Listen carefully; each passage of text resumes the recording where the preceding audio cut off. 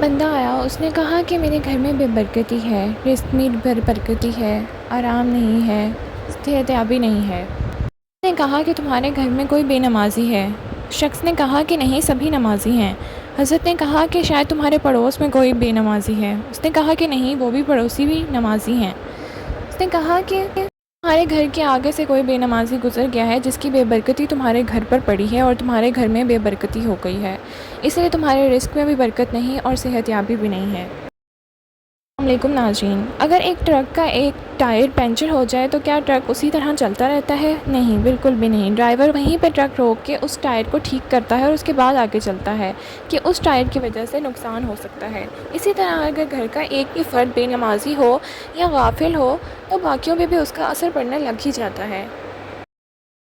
لیکن اگر گھر کا ایک بھی بندہ غافل ہوگا تو گھر کی ساری برکات وہ کھا جائے گا اور اس کی وجہ سے باقی بھی غافل ہونے شروع ہو جائیں گے، 1 سے 2، 2 سے 3، اور پھر آہستہ آہستہ پورا گھر اسی غفلت میں ڈوب جائے گا۔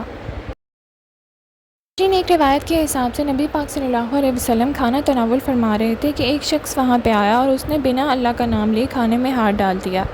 نبی کریم صلی اللہ علیہ وسلم نے اس کا ہاتھ پکڑ لیا۔ ایک اور روایت کے مطابق اس انسان نے کھانا کھایا اور نبی پاک صلی اللہ علیہ وسلم ہنس پڑے، مسکرا دیے۔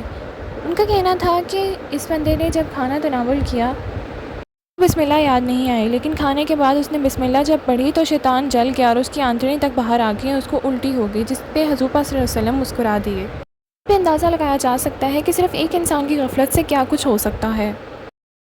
اسی طرح گھر کا ایک فرد اگر اللہ اللہ کر رہا ہے تو ظاہری بات ہے اس کا اثر گھر پر پڑے گا ہی، اس کی وجہ سے طاقت آئے گی، اس کی وجہ سے پازیٹیو انرجی گھر میں آئے گی، لیکن اگر وہی سارے گھر کے افراد کریں گے تو کتنی پازیٹیو انرجی آئے گی، اس کا اندازہ لگایا جا ہی سکتا ہے۔